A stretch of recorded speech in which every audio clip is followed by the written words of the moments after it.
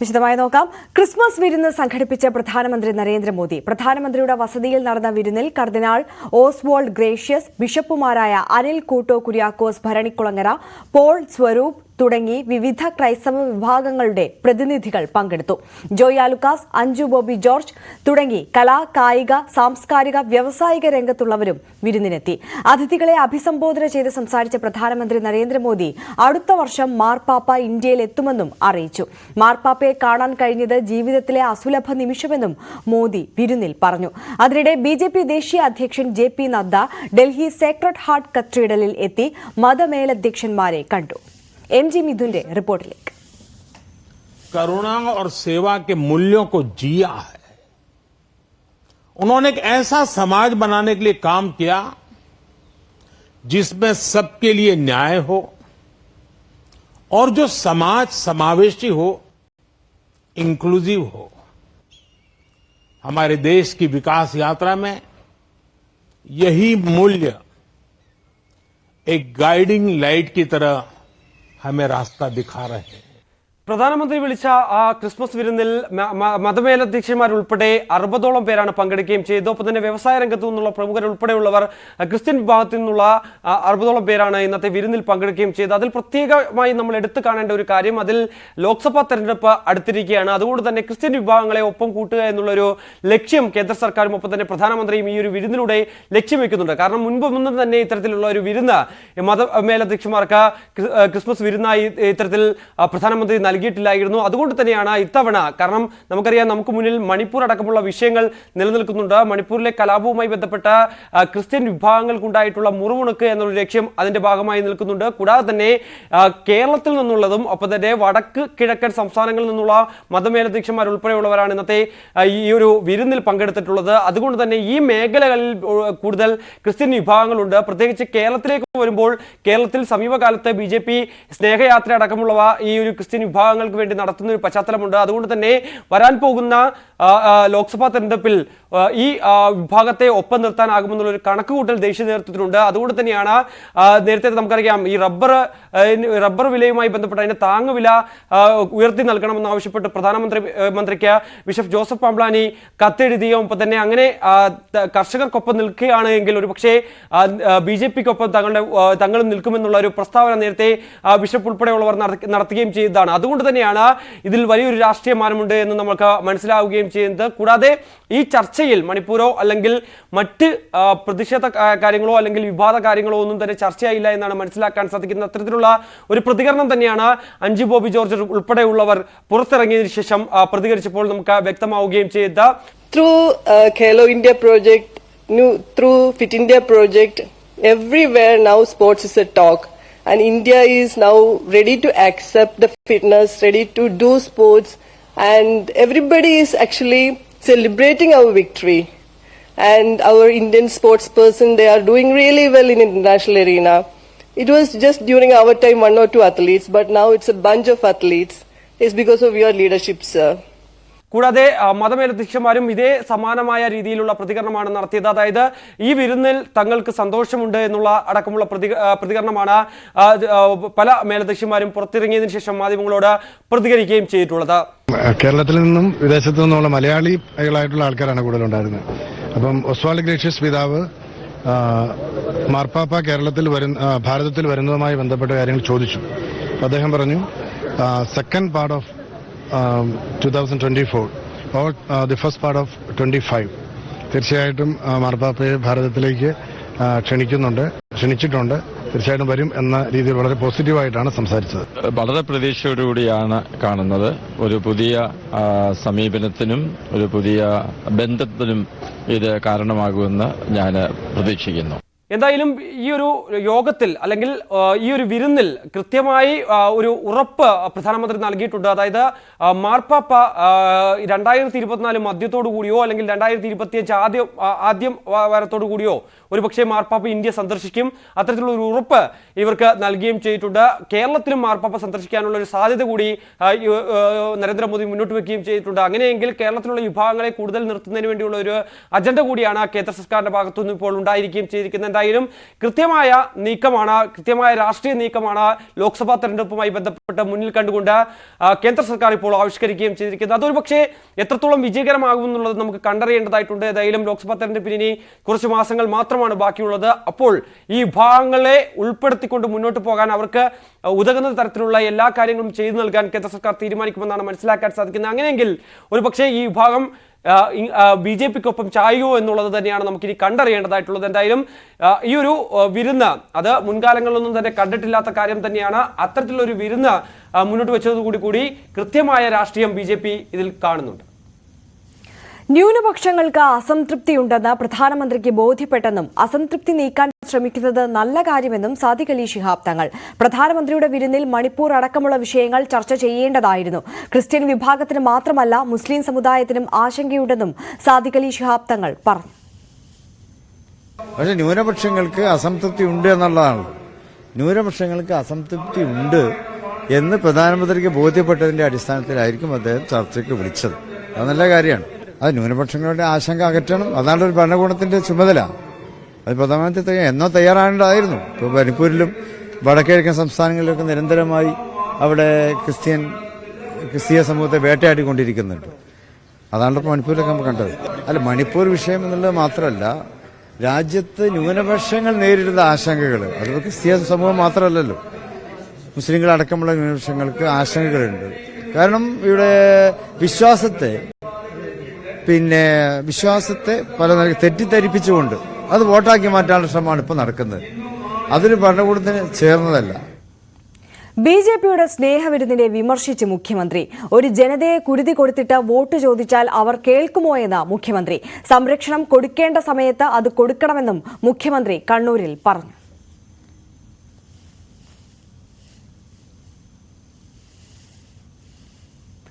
തിരുപ്പിറവിയുടെ ഓർമ്മകളിൽ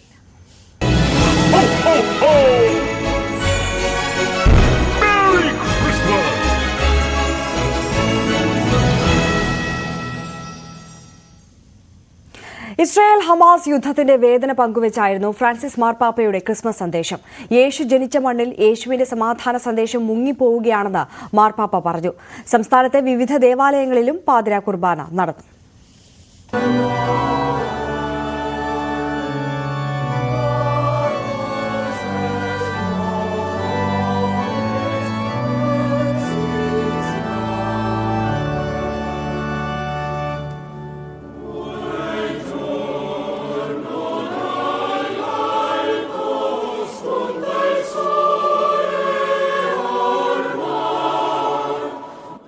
സമാധാനത്തിന്റെയും പ്രത്യാശയുടെയും ക്രിസ്മസ് ആഘോഷിക്കുകയാണ് ലോകം. ലോകമെമ്പാടുമുള്ള ദേവാലയങ്ങളിൽ പ്രാർത്ഥനകളുമായി വിശ്വാസികൾ ഒത്തുചേർന്നു. വത്തിക്കാനിലെ സെന്റ് പീറ്റേഴ്സ് ബസിലിക്കയിൽ നടന്ന പ്രാർത്ഥനാ ചടങ്ങുകൾക്ക് ഫ്രാൻസിസ് മാർപ്പാപ്പ മുഖ്യ കാർമ്മികത്വം വഹിച്ചു.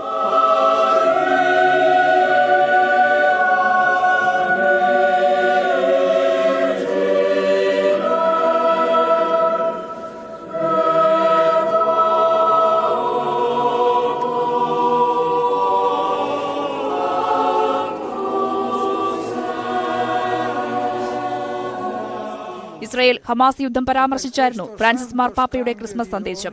യേശു ജനിച്ച മണ്ണിൽ യേശുവിന്റെ സമാധാന സന്ദേശം മുങ്ങിപ്പോവുകയാണ്. യുദ്ധത്തിന്റെ ഇരകൾക്കായി പ്രാർത്ഥിക്കുന്നതായും ഫ്രാൻസിസ് മാർപ്പാപ്പ ക്രിസ്മസ് സന്ദേശത്തിൽ പറഞ്ഞു. Il nostro cuore stasera è a Betlemme, dove ancora il principe della pace viene refutato dalla logica perdente della guerra. സുവിശേഷ വായനയ്ക്ക് ശേഷം തിരുപ്പിറവി അറിയിച്ച് പള്ളിമണികൾ മുഴങ്ങി. പദവി ഏറ്റെടുത്ത ശേഷം ഫ്രാൻസിസ് മാർപ്പാപ്പയുടെ 11ാമത് ക്രിസ്മസ് സന്ദേശമായിരുന്നു ഇത്തവണത്തേത്. സംസ്ഥാനത്തെ വിവിധ ദേവാലയങ്ങളിലും പാതിരാ കുർബാന നടന്നു. സിറോ മലബാർ സഭ ആസ്ഥാനമായ മൗണ്ട് സെന്റ് തോമസിൽ നടന്ന തിരുപ്പിറവി കുർബാനയ്ക്ക് സഭാ അഡ്മിനിസ്ട്രേറ്റർ സെബാസ്റ്റ്യൻ ബാണിയപുരയ്ക്കൽ കാർമ്മികത്വം വഹിച്ചു.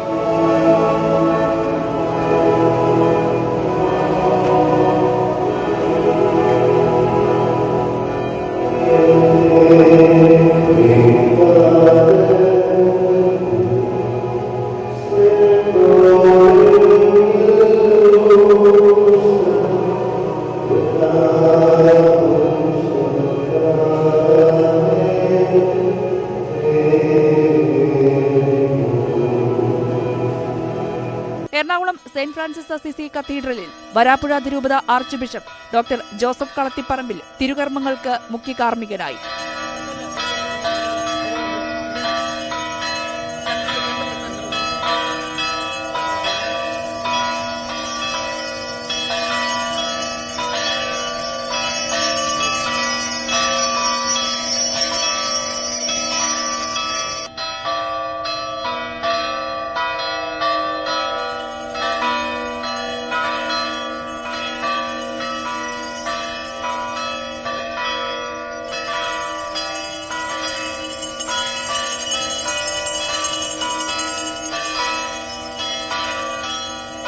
ഓർത്തഡോക്സ് സഭാ ആസ്ഥാനമായ ദേവലോകം അരമനയിൽ ബസേലിയസ് മാർത്തോമാ മാത്യൂസ് തൃതീയൻ കാതോലിക്ക ഭാവയുടെ നേതൃത്വത്തിലായിരുന്നു ക്രിസ്മസ് ശുശ്രൂഷ.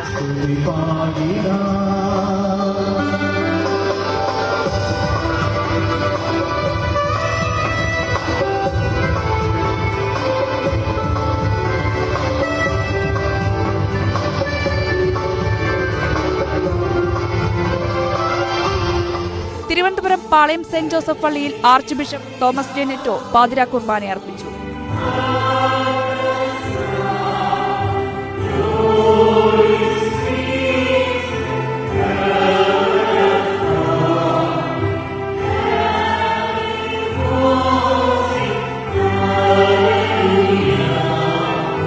News desk news 18.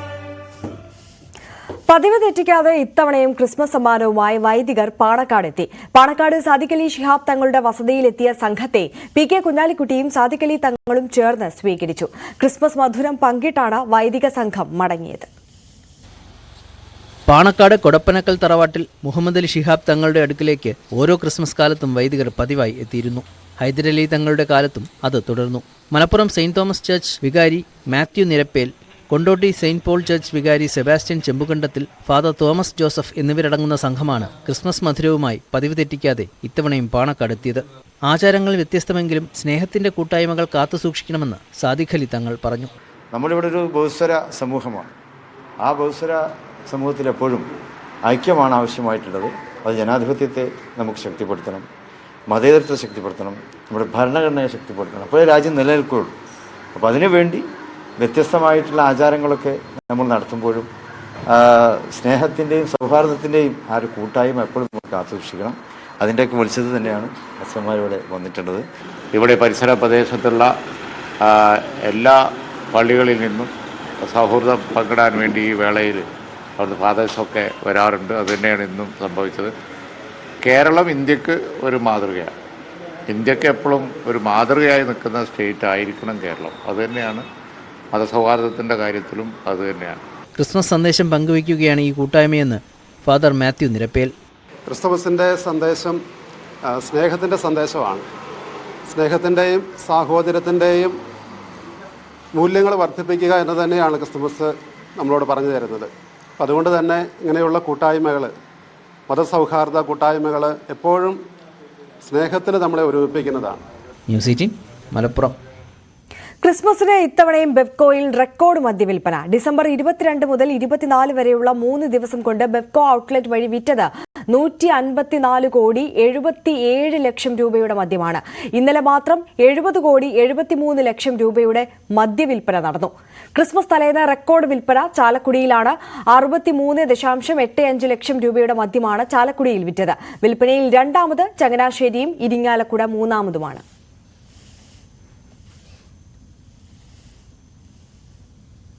ശബരിമല വാർത്തകൾ.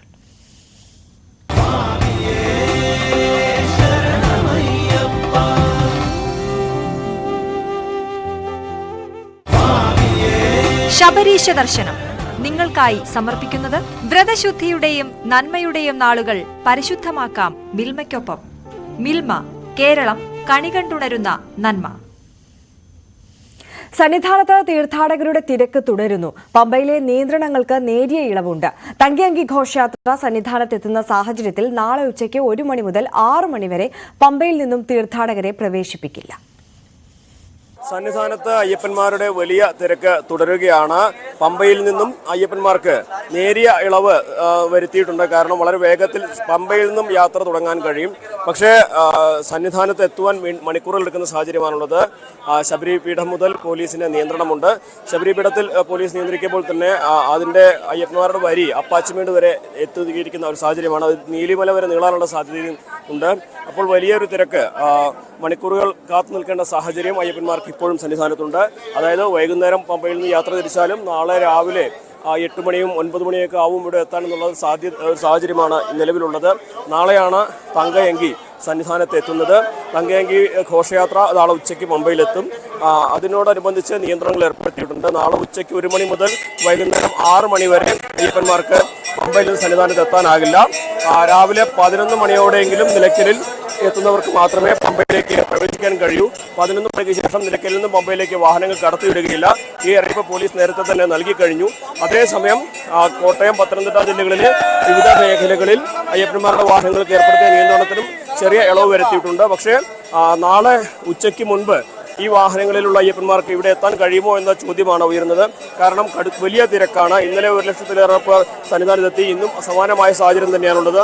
അതുകൊണ്ട് തന്നെ ഈ വഴിയിൽ നിയന്ത്രണത്തിൽപ്പെട്ട വാഹനങ്ങളിലെ അയ്യപ്പന്മാർക്ക് നാളെ ഉച്ചയ്ക്ക് മുമ്പ് സന്നിധാനത്ത് എത്താൻ കഴിയുമോ എന്ന കാര്യം വലിയ ഒരു സംശയമായിട്ട് തന്നെ ഉയരുകയാണ്. വലിയ തിരക്ക് തുടരുന്നു. ഇന്നും 1 ലക്ഷത്തോളം പേർ സന്നിധാനത്ത് എത്തുന്നൊരു കണക്കുകളിൽ തന്നെയാണ് അധികൃതർക്കുള്ളത്. AP ധനേഷിനൊപ്പം CV Anumod, News 18. Sabarimala ഭക്തർക്ക് അടിയന്തരമായി സൗകര്യങ്ങൾ ഒരുക്കണമെന്ന് ഹൈക്കോടതി.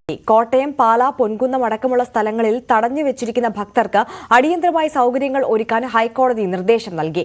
അവധി ദിനത്തിൽ ശബരിമലയിലെ തിരക്ക് സംബന്ധിച്ച് സ്പെഷ്യൽ സിറ്റിംഗ് നടത്തിയാണ് ഹൈക്കോടതിയുടെ നിർദ്ദേശം. ഭക്ഷണവും വെള്ളവും ഇല്ലാത്ത സ്ഥിതിയുണ്ട്. ഇക്കാര്യങ്ങൾ പരിഹരിക്കണം. ആവശ്യമെങ്കിൽ സംസ്ഥാന പോലീസ് മേധാവി നേരിട്ട് ഇടപെടണം. യാതൊരു ബുക്കിംഗും ഇല്ലാതെ എത്തുന്നവരെ കടത്തിവിടുന്ന കാര്യത്തിൽ കർശന നിയന്ത്രണങ്ങൾ വേണം. പൊൻകുന്നത്ത് സൗകര്യങ്ങളില്ലെന്ന പരാതികൾക്കിടയിലാണ് അവധി ദിവസം ഹൈക്കോടതി പ്രത്യേക സിറ്റിംഗ് നടത്തിയത്.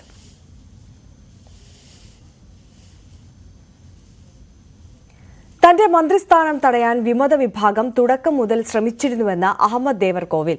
പാർട്ടിയിൽ ചില പ്രശ്നങ്ങളുണ്ട്. വിമതർക്ക് പാർട്ടിയിലേക്ക് തിരിച്ചുവരാം. INL-നെ ശക്തിപ്പെടുത്തുമെന്നും അഹമ്മദ് ദേവർകോവിൽ പറഞ്ഞു.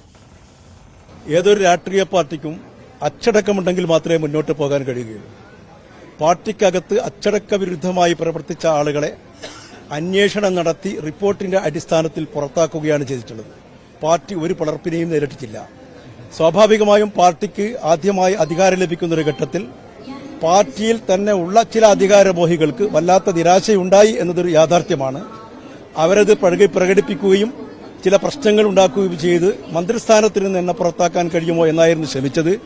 അവർ പ്രചരിപ്പിച്ചത് ഇന്നല്ലെങ്കിൽ നാളെ ഈ മന്ത്രിസ്ഥാനത്ത് ഇദ്ദേഹം ഇറങ്ങിപ്പോകും എന്നായിരുന്നു. INL-ന്റെ അച്ചടക്കവും INL-ന്റെ ഭരണഘടനയും അംഗീകരിക്കുന്ന ആർക്കും പാർട്ടിയിലേക്ക് വരാം. അങ്ങനെ ഏതെങ്കിലും ഒരു പ്രത്യേക ഗ്രൂപ്പുകളോട് ചർച്ച ചെയ്യേണ്ട കാര്യമില്ല. പാർട്ടിയിൽ നിന്ന് ഞങ്ങൾ പുറത്താക്കപ്പെട്ടവരൊഴികെ ഉള്ള ആളുകൾക്ക് ഏത് നിമിഷവും പാർട്ടിയുമായി സഹകരിക്കാം. നവകേരള സദസ്സിൽ സുരക്ഷയൊരുക്കിയ പോലീസുകാർക്ക് പ്രത്യേക സമ്മാനം. ക്രമസമാധാന പാലനത്തിൽ മികച്ച പ്രവർത്തനം കാഴ്ചവെച്ചവർക്ക് ഗുഡ് സർവീസ് എൻട്രി നൽകും. സിവിൽ പോലീസ് ഓഫീസർ മുതൽ IG വരെയുള്ളവർക്കാണ് ഗുഡ് സർവീസ് എൻട്രി. ക്രമസമാധാന വിഭാഗം ADGP-യുടേതാണ് നടപടി. നവകേരള യാത്ര പോലീസിനെ സംബന്ധിച്ച് ഏറെ വെല്ലുവിളി നിറഞ്ഞ ഒന്നായിരുന്നു. മുഖ്യമന്ത്രിയുടെ യാത്ര എന്നതിനപ്പുറത്തേക്ക് ചലിക്കുന്ന ക്യാബിനറ്റ് തന്നെയായിരുന്നു. കാസർഗോഡ് മുതൽ തിരുവനന്തപുരം വരെ യാത്ര സഞ്ചരിച്ചെത്തുമ്പോൾ ഒരു അനിഷ്ട സംഭവവും ഉണ്ടാകാതെ യാത്രയെ സംരക്ഷിക്കുക എന്ന ഏറ്റവും പ്രധാനപ്പെട്ട കടമ, ആ ഉത്തരവാദിത്വം കേരള പോലീസ് വിജയകരമായി നിറവേറ്റി എന്ന് തന്നെയാണ് വിലയിരുത്തൽ. ഇതിൻ്റെ അടിസ്ഥാനത്തിലാണ് മികച്ച സേവനം കാഴ്ചവെച്ചവർക്ക് GST നൽകാനുള്ള ഉന്നതതല തീരുമാനം. അതേസമയം പോലീസ് നടപടികൾ വ്യാപകമായി വിമർശനത്തിന് ഇടയാകുകയും ചെയ്തിരുന്നു. പ്രത്യേകിച്ച് ആലപ്പുഴ ജില്ലയിൽ ലോക്കൽ പോലീസ് പിടിച്ചുമാറ്റിയ യൂത്ത് കോൺഗ്രസ് പ്രവർത്തകരെ അതിക്രൂരമായി മുഖ്യമന്ത്രിയുടെ ഗൺമാനും മറ്റ് സുരക്ഷാ ഉദ്യോഗസ്ഥരും തല്ലിച്ചതച്ചത് പോലീസ് കേസെടുക്കാത്ത സംഭവത്തിൽ കോടതിയുടെ നിർദ്ദേശപ്രകാരം ഒടുവിൽ ഉദ്യോഗസ്ഥർക്കെതിരെ കേസെടുക്കേണ്ടി വന്നു. മുഖ്യമന്ത്രിയാകട്ടെ ആവർത്തിച്ചുള്ള അദ്ദേഹത്തിൻ്റെ വാർത്താസമ്മേളനങ്ങളിൽ പറഞ്ഞിരുന്നത് അങ്ങനെ ഒരു സംഭവം താൻ കണ്ടിട്ടില്ല എന്നതാണ്. വളരെ വിചിത്രമായ ഒരു വാദമായിരുന്നു മുഖ്യമന്ത്രിയുടേത്.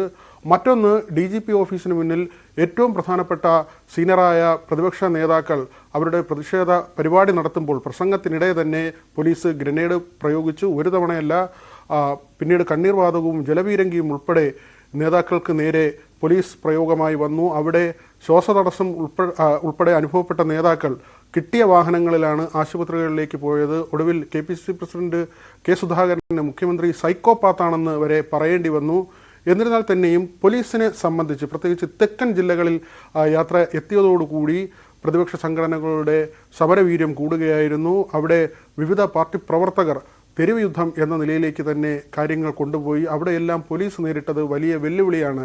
ആത്യന്തികമായി നോക്കുമ്പോൾ ഈ നവകേരള വാഹന വ്യൂഹത്തെ വളരെ സുരക്ഷിതമായി തിരുവനന്തപുരത്ത് എത്തിക്കാൻ പോലീസിന് സാധിച്ചു. അതിൻ്റെ അടിസ്ഥാനത്തിൽ മികച്ച ഉദ്യോഗസ്ഥർക്ക് അംഗീകാരം നൽകാനാണ് ഉന്നതതല തീരുമാനം. V Vinod, news 18 Thiruvananthapuram. നവകേരള സദസ്സിനെ വിമർശിച്ച് മുതിർന്ന കോൺഗ്രസ് നേതാവ് AK ആന്റണി. ജനങ്ങൾക്ക് പ്രശ്നമുണ്ടാകുമ്പോൾ കരിങ്കൊടി പ്രതിഷേധം ഉയരുന്നത് സ്വാഭാവികമാണ്. രക്ഷാപ്രവർത്തനമെന്ന പരാമർശം അപക്വമാണെന്നും മുഖ്യമന്ത്രി കുറച്ചുകൂടി പക്വത കാണിച്ചിരുന്നെങ്കിൽ തെരുവുകളിൽ ചോര വീഴില്ലായിരുന്നു.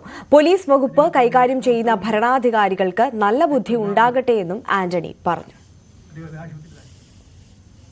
കേരളീയത്തിന്റെ സ്പോൺസർമാരെ കുറിച്ച് സർക്കാരിന്റെ ഒളിച്ചുകളി തുടരുന്നു. സ്പോൺസർഷിപ്പ് കമ്മിറ്റിയുടെ കൺവീനറായിരുന്ന ലോട്ടറി ഡയറക്ടർ അബ്രഹാം റെന്നിനും സ്പോൺസർമാരെ കുറിച്ച് അറിയില്ലെന്ന് വിവരാവകാശ മറുപടി.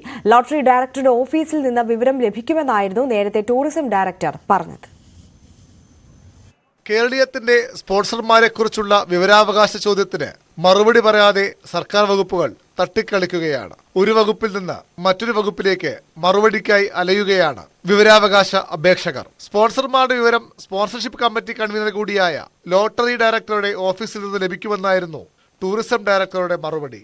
ഇപ്പോൾ സ്പോൺസർഷിപ്പ് കമ്മിറ്റി കൺവീനറും കൈമലർത്തി. അപേക്ഷ PRDക്ക് കൈമാറിയാണ് ലോട്ടറി ഡയറക്ടർ തടി തപ്പിയത്. 27 കോടി രൂപയാണ് കേരളീയത്തിന്റെ നടത്തിപ്പിനായി സർക്കാർ ഖജനാവിൽ നിന്ന് അനുവദിച്ചത്. ബാക്കി സ്പോൺസർഷിപ്പിലൂടെ കണ്ടെത്തുകയായിരുന്നു. ഇത് എത്ര തുകയാണ് എന്നോ ആരാണ് സ്പോൺസർമാരെന്നോ ഇതുവരെ സർക്കാർ വെളിപ്പെടുത്തിയിട്ടില്ല. അതുകൊണ്ട് തന്നെ സ്പോൺസർഷിപ്പും ചെലവുകളും സംബന്ധിച്ച ദുരൂഹത വർദ്ധിക്കുകയാണ്. കേരളീയത്തിന്റെ ജനറൽ കൺവീനറായിരുന്ന ചീഫ് സെക്രട്ടറിയും സാംസ്കാരികം, വ്യവസായം, ധനം, GST കമ്മീഷണറേറ്റ് വകുപ്പുകളും വിവരാവകാശ അപേക്ഷയ്ക്ക് ഇതുവരെ മറുപടി നൽകാൻ തയ്യാറായിട്ടില്ല. News 18 Thiruvananthapuram. Ernakulam rural police പരിധിയിലെ പോലീസ് സ്റ്റേഷനുകളിൽ CCTV സ്ഥാപിച്ച് 9 മാസം കഴിഞ്ഞിട്ടും ക്യാമറകൾ പ്രവർത്തിപ്പിക്കുന്നില്ല. സുപ്രീം കോടതി വിധിയുടെ അടിസ്ഥാനത്തിലാണ് മുഴുവൻ പോലീസ് സ്റ്റേഷനുകളിലും ദൃശ്യവും ശബ്ദവും പകർത്തുന്ന CCTV ക്യാമറകൾ സ്ഥാപിച്ചത്. എറണാകുളം റൂറൽ പരിധിയിലുള്ള 35 പോലീസ് സ്റ്റേഷനുകളിൽ 34 ഇടങ്ങളിലും CCTV ക്യാമറകൾ സ്ഥാപിച്ചതായാണ് വിവരാവകാശ രേഖയിൽ പറയുന്നത്. എന്നാൽ CCTVയിൽ ശേഖരിച്ച ദൃശ്യങ്ങളും ശബ്ദങ്ങളും സംഭരിച്ചിട്ടുണ്ടോ എന്ന ചോദ്യത്തിന് ക്യാമറകൾ കമ്മീഷൻ ചെയ്തിട്ടില്ലെന്നാണ് മറുപടി. ക്യാമറകൾ സ്ഥാപിച്ച യൂസർ അക്സെപ്റ്റൻസ് ടെസ്റ്റ് നടത്തിയ തീയതി പരിശോധിക്കുമ്പോൾ പല സ്റ്റേഷനുകളിലും 11 മാസം പിന്നിടുന്നു. എന്നിട്ടും ക്യാമറകൾ കമ്മീഷൻ ചെയ്യാത്തതെന്തെന്ന ചോദ്യത്തിന് ചോദ്യം ബാധകമല്ല എന്ന വിചിത്ര മറുപടിയാണ് നൽകിയിട്ടുള്ളത്. ക്യാമറകൾ സ്ഥാപിച്ച അന്നു മുതൽ ഈ കാലയളവിൽ അത്രയും ട്രയൽ റൺ നടത്തി വരികയാണെന്നും വിവരാവകാശ പ്രകാരം വ്യക്തമാക്കുന്നു. പോലീസ് സ്റ്റേഷനുകളുടെ പ്രവർത്തനം സുതാര്യവും നീതിപൂർവവുമാണെന്ന് ഉറപ്പുവരുത്തുന്നതിന് CCTV ക്യാമറകളുടെ പ്രവർത്തനം അനിവാര്യമെന്നാണ് സുപ്രീം കോടതിയും പറഞ്ഞിരുന്നത്.